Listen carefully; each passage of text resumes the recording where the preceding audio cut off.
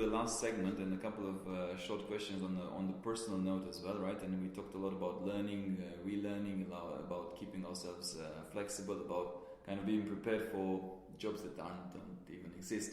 Let's talk a little bit about, how do you learn? I mean, do you have some sort of very specific, practical information, websites? How do you get information? How do you keep yourself in touch with the new developments? How do you learn? Well, that's a loaded question. It's a loaded question. I guess I would like to focus more on specific resources. Maybe there's a website or there's some sort of a... Well, first of all, I've always been restless. So if I go in and I build a company like freight forwarding and it's running well, then I'm bored and then I want to move on, right? And then 3PL and then 4PL. And then with Lian Feng and then with Arshia building integrated infrastructure in India. And then I thought, what else can I learn? There's so much I have to learn. And so I kind of flipped over to also be a CEO mentor to SMEs. And one of the reasons I've started working heavily with the startup community in the last 3 years, even the Kairos Society, which is linked to Silicon Valley, where we work with startups already at the college level, is I know how I can help them with structure, with strategy, with business model, even with raising capital, but they're teaching me at the same time. So every time that I interact with a startup, which could have a college student or it could have a senior mid-career entrepreneur that quit his job and started it, I know where I can help them, but they're teaching me at the same time, which is a beautiful experience. And so one of the things I did was I forced myself into the space the last 3 years because I believe disruption is going to rip apart every business. And I wanted to get more involved with that piece and go through that new learning curve. And so I'm heavily involved with the logistics space, but I'm also touching med tech and fintech. And it's all a learning curve, right? I didn't know what cryptocurrency was until a few months ago, and then I'm just immersing myself in it again with a very steep learning curve. But I will look at the web at a lot of articles. I usually read about 3 books on a Kindle/iPad, but I'll flip between them actually while I'm reading them. So I always like to read a biography on a famous leader for inspiration. I like to read something about new business models or technology. And then a third one could be, on any issue, but especially history. And then I like Audible, where I can also, when I'm going on the train or I'm in the gym, I actually have a book read to me. Because we just don't have time to read and keep up with this stuff. And we're so used to little bites. On the internet, we move across. I do the same to collect information. I do a mix from political to business to tech to different themes. You try to be diverse and pick up knowledge that way, but then you still have to read books. You still have to have a full story. And because time is so short, I like electronic books, and I also like Audible books. And you know what? I'm still not getting enough time to absorb what I wish I could. Yeah. But we all need to manage emails and things like that more efficiently too. And also, talk about audio. That's why we also we started doing the podcast, because I think, as yourself, as myself, as many other people. Oh, it's a great way to learn from each other. Yeah, exactly. Very much so. You can listen to it wherever you are, and it's fantastic. When you think of the word successful in the industry, what would be 2 names that come to your mind? Well, if you want to know who I really admire in terms of our industry redefining it in unique ways, one is the bias I have to Lian Feng, because Victor Feng already 20 years ago took a family trading company as a former professor from Harvard, and he turned it into the largest virtual manufacturer in the world way back then, with roughly 20,000 virtual factories in 54 countries, producing major brands around the world, aggregating raw material and feeding it in and executing the supply chain. Back when he did this 20, 30 years ago, unbelievable. So he's one of the radicals of the industry, a visionary, and I never thought I'd have the privilege of working with someone. And in the end, even that I worked with him and I learned a great deal, I still get to meet him and get his advice. And you got to have mentors in your career. We all have to have mentors, people who are way beyond our level, who can teach us and guide us at every stage, no matter who you are. So Victor Fung is one that I admire, and I'm really grateful that I've had the privilege to work with him.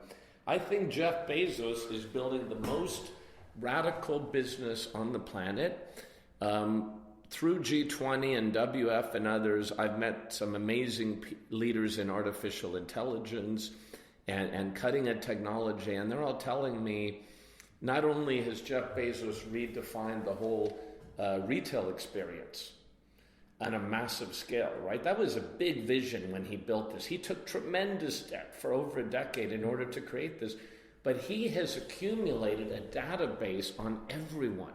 What we read, what we look at, how long we look at things. That database is unbelievably valuable. Then, beyond that retail experience, he has created the largest cloud network in the world. He owns the largest cloud network in the world.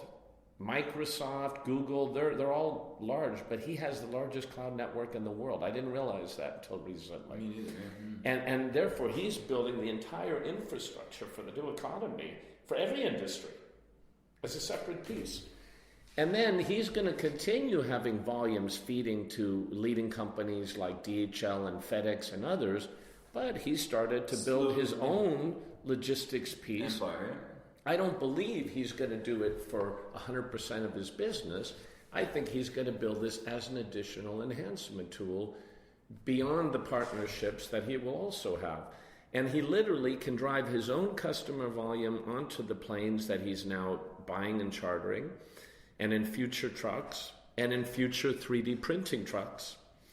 But I think he is also going to have excess capacity, which he will allow other logistics companies to come in on his assets, which will further squeeze down the cost of his products or improve his margins even further. I think he is a genius who is creating a 20-year vision ahead of what we can see today. Super. And he's going to be incredibly powerful. He already is. And he was for a short while the richest person on earth. I think now he went back, but I think he's going to be there. So. Well, I met Bill Gates when he came to Singapore before, and he's just an amazing individual in his own way. But if you ask, so those would be the two in our industry that I think have been transformational. I think Steve Jobs at Apple also played a big role in building out the supply chain industry, because the way he developed the phones, the design in California, the execution through virtual manufacturing, right? Even today, virtual manufacturing. And then the iTunes is actually, again, a model for that technology. And even Victor Fung and Steve Jobs had quite a few discussions. So I think there's another example of these creative geniuses. Now, if you ask me as an entrepreneur, who I admire most in the world today, it's Elon Musk. He is an amazing human being, because he literally, and I just want to build this into the interview because we want everyone to think more radically. Here's Elon Musk, and he creates Tesla, the electric car. Almost his whole factory making the car is robots, right? So he's already changed the way cars are made beyond Ford, Chrysler, Toyota. It's almost all robotics. He's created an electronic car. I drove one in California. It's a beautiful car. It goes 0 to 60 faster than a Ferrari, or almost equal. He now is changing the price point to hit the middle class. He's already built an electric grid across the United States, which other electric cars are going to end up using. So he's creating his own fuel company, the fixed and variable cost structure, and now he's building that overseas. Then he created Solar City. So he's creating the largest solar panel company in the United States is his also, Solar City, with his cousins. And now he's creating the largest battery plant in Reno, Nevada, which is, I think, $7 billion factory or something to that level. And it's not only for cars, it's also for homes to store energy and change their cost structure. No, that's not enough. Then he's gone out and he's created SpaceX, and they've already docked with a space station 3 times.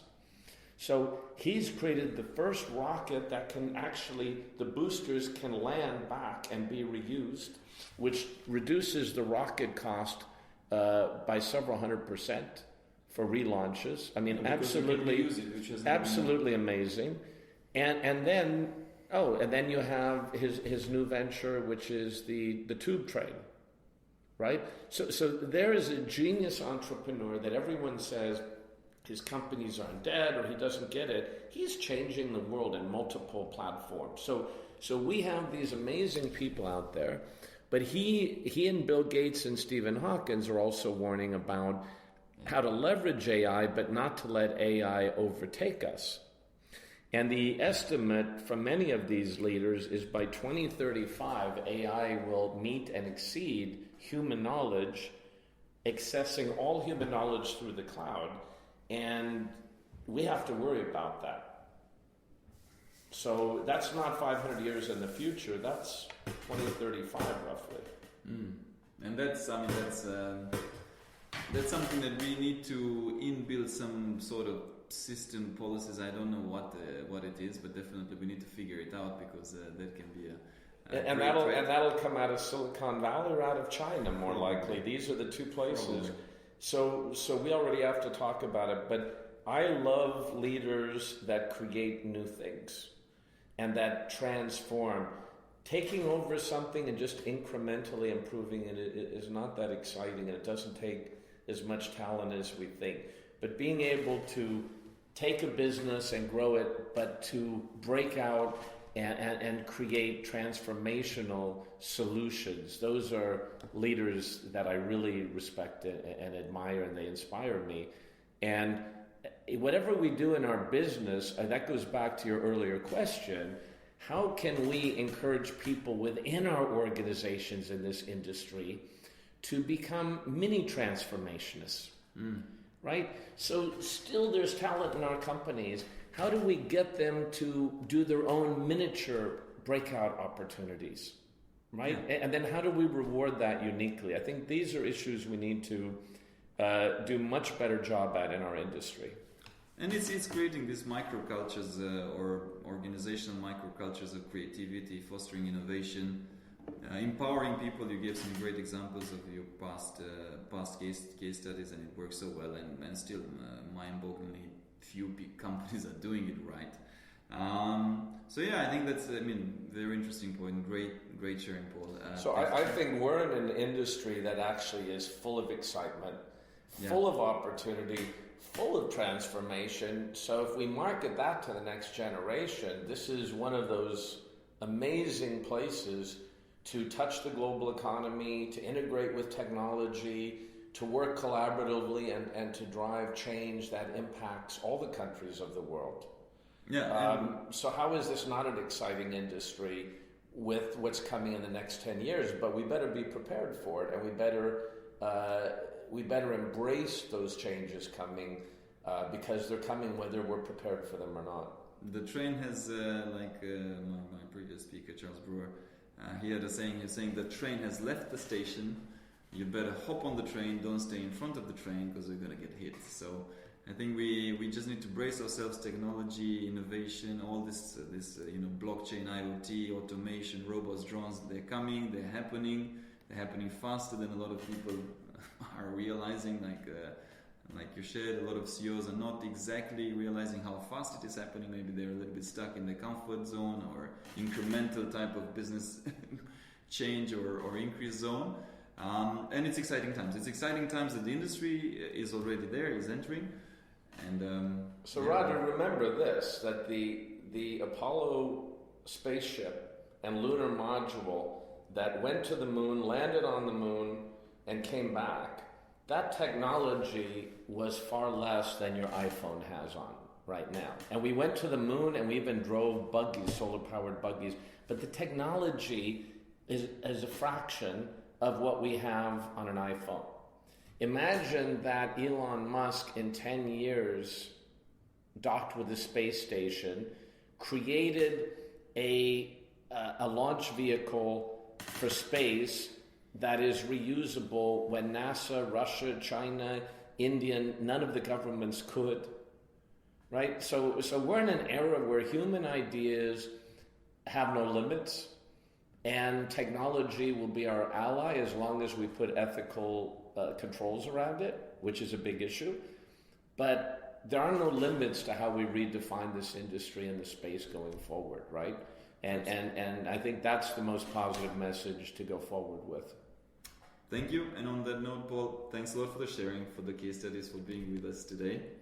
Great podcast, and I'm sure all listeners will enjoy it. Thank you. Great pleasure. Thank you for listening to our podcast, and if you like what you heard, be sure to follow us on radopalamario.com/podcast for all the show notes and links. Also, make sure to subscribe to our email links at the bottom of the page to get the news in the nick of time. I'm most active on LinkedIn, so do feel free to follow me to stay tuned for the latest podcasts, articles, as well as industry news.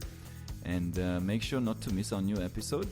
Next episode 4, will be with Roxanne Deshmish, the head of supply chain for Asia Pacific region for Infineon Technologies. Roxanne is a very outspoken influencer of the industry and a great person, and we will have some great stories and sharing. Thank you, and talk to you soon.